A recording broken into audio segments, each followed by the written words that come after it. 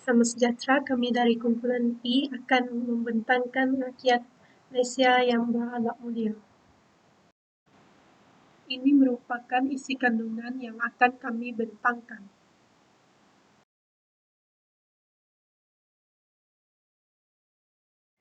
Ahli kumpulan kami terdiri daripada saya sendiri, Grace Mala, Siti Nurbaya, Huzaini, Nabil dengan Fatih. Assalamualaikum warahmatullahi wabarakatuh. Saya Muhammad Fatih dan saya akan menerangkan tentang falsafah pendidikan ke Malaysia, iaitu falsafah pendidikan ke Malaysia adalah perbandingan falsafah pendidikan kebahasaan yang membimbing sistem menginspirasi kepada semua aktiviti berkaitan pendidikan. Jadi sebagai seorang buah negara yang membangun, kerajaan negara kita telah mengutamakan pembangunan berinsan di dalam falsafah pendidikan kebahasaan kita. Pertumbuhan negara kita bergantung kepada falsafah pendidikan kebahasaan yang digunakan untuk Malaysia mencapai matlamat sebagai negara maju. Dan falsafah pendidikan Malaysia juga ada diselitkan sedikit tentang dalam seperti dalam buku Aristotle, iaitu politik. Selepas Plato menggambarkan pendidikan sebagai sains yang menggabungkan estetik dan politik. Dan tujuan utama pendidikan adalah untuk memberikan semua alat yang diperlukan untuk pendidikan tersebut. Dan pendidikan maklumat adalah digunakan untuk mengajar orang ramai mematuhi peraturan tak berurusan baik dalam pembinaan sebuah negara. Dan saya akan memberikan kepada kawan saya seterusnya. Salam sejahtera, saya Grace mengulas mengenai kepentingan berakhlak mulia. Yang pertama, melahirkan masyarakat profesional dan berproduktiviti. Kepentingan akhlak terletak pada kebolehan melahirkan kemahiran sosial, produktiviti, dan profesionalisme. Yang kedua, melahirkan masyarakat bertamadun dan dihormati. Masyarakat yang bertamadun ialah masyarakat yang berteraskan iman yang teguh, masyarakat yang berteraskan kemakmuran, kedaulatan undang-undang, dan akhlak pribadi yang mulia.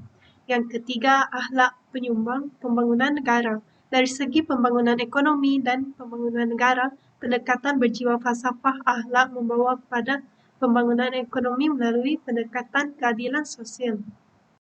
Seterusnya, nilai yang membentuk akhlak mulia, amanah. Segala peranan yang dimainkan oleh setiap rakyat berakhlak mulia ini tidak boleh lari daripada tanggungjawab menunaikan amanah. Ikhlas. Rakyat yang berakhlak mulia yang menunjukkan keikhlasan akan mencapai kebaikan dalam kehidupan dunia dan akhirat. Tekun. Rakyat berakhlak yang rajin akan memudahkan kerja orang lain dan mengelakkan keletihan. Berdisiplin. Berdisiplin di tempat kerja akan menghasilkan kerja berkualiti cemerlang. Adil. Setiap rakyat yang berakhlak mulia berlaku adil pada diri sendiri dengan mengimbangi hak mereka, Tuhan dan orang lain. Patuh dan taat. Jika rakyat berakhlak mulia itu berpegang teguh dan mengikut segala arahan pemimpinnya, sudah tentu yang melakukan kebaikan dan menjaga keamanan negara. Bersyukur. Faedah rakyat berakhlak mulia yang selalu berterima kasih atas pemberian seperti hari tua, kesehatan, harta, anak, dan keluarga, merasakan kebahagiaan hidup. Sabar. Kesabaran adalah tidak marah tentang apa yang kita sebagai rakyat yang berakhlak mulia tidak suka dan menutup mulut kita untuk mengeluh. Einstein mengatakan bahwa agama tanpa ilmu ialah buta, ilmu tanpa agama ialah lumpuh. Selain itu, remaja hendaklah mempraktikkan sahsia-sahsia terpuji di mana-mana sahaja, tanpa mengira umur dan bangsa dan lain-lain.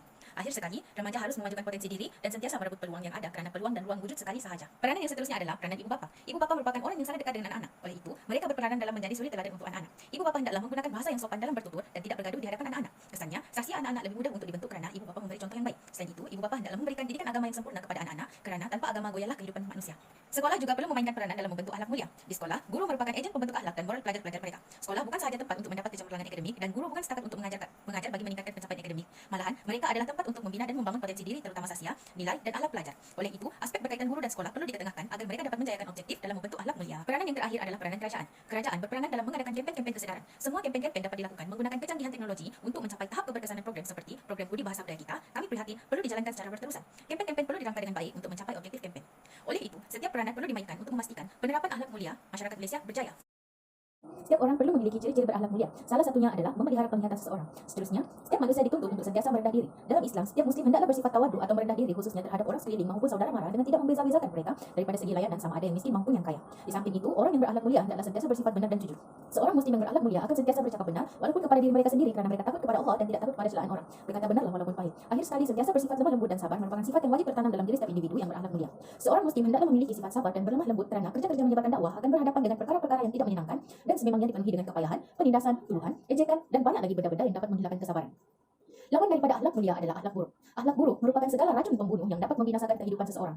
Ciri-ciri berakhlak buruk yang kita boleh lihat secara mata kasar antaranya, mereka tidak merasa tenang dalam kehidupan mereka. Pendek kata, kehidupan mereka hanya dipenuhi dengan dendam dan rasa tidak puas hati sesama manusia lain.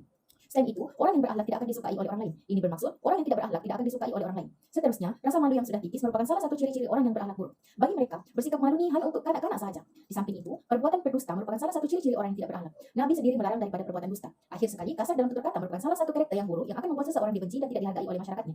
Mereka juga menjadi punca untuk menimbulkan perpecahan dan permusuhan. Assalamualaikum dan salam sejahtera. Saya Muhammad Nabil. Saya akan menerangkan tentang halangan minda Francis Bacon dan kesan halangan minda. Okey, halangan minda yang disebutkan oleh Francis Bacon yang boleh dikaitkan dengan isu tugasan ini ialah idol of cave. Okey, apakah itu idol of cave? Dia merujuk kepada minda bias seseorang yang membawa mereka kepada kesilapan. Okey, kesan halangan minda tersebut ia akan menyebabkan pembangunan negara akan terjejas. Hal ini kerana tidak ada kerjasama yang akan muncul daripada mana-mana pihak kerana perbezaan pendapat yang tiada pihak hendak mendengar pendapat sesama mereka. Okey, yang seterusnya, masyarakat mempunyai sifat tidak adil. Hal ini boleh dilihat kalau seperti sekiranya ada sesuatu keputusan yang hendak dilakukan, yang ditugaskan untuk membuat keputusan itu akan memihak kepada kumpulan individu yang mempunyai sependapat dengannya dan akan mengabaikan pendapat orang lain yang berbeza.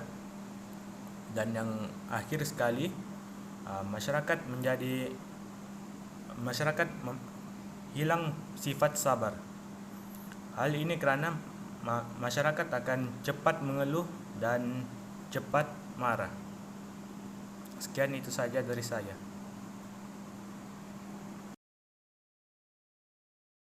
Okay, cabaran mengatasi halangan minda Francis Bacon. Yang pertama sekali adalah nafsu manusia. Kita semua mengetahui kita semua memiliki nafsu. Semua manusia memiliki nafsu. Cuma adakah nafsu mereka terlalu kuat untuk memiliki sesuatu ataupun tidak? Sebab nafsu ini adalah merupakan konsep keinginan individu untuk memiliki sesuatu benda ataupun perkara lain lah.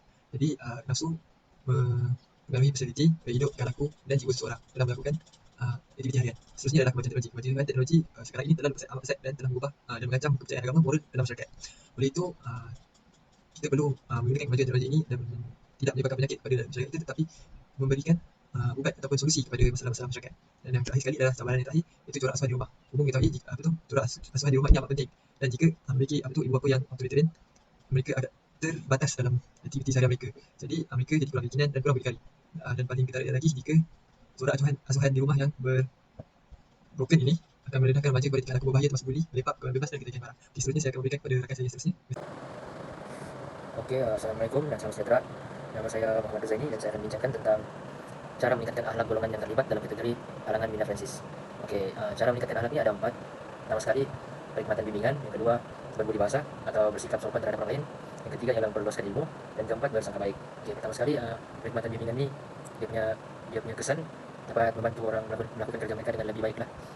Seperti sebagai contoh, mereka sukar untuk menangani masalah mereka. Jadi perkhidmatan bimbingan ini sangat perlulah dalam meningkatkan akhlak golongan yang terlibat. Yang kedua yaitu berbudi bahasa.